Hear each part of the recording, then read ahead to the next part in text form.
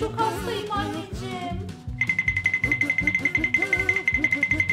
Teşekkür ederim Ediz.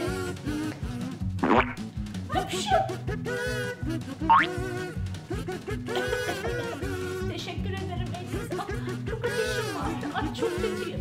Ediz, ev işlerinde bana yardım eder misin?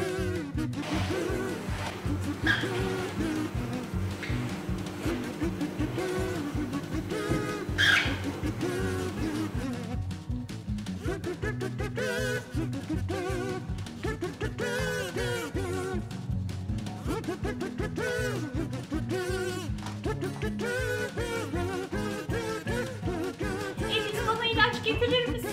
Çok hastayım. Ah, teşekkür ederim. İlaç da ver. Teşekkür ederim anneciğim. Çok ateşim var ama iyileşiyor muyum?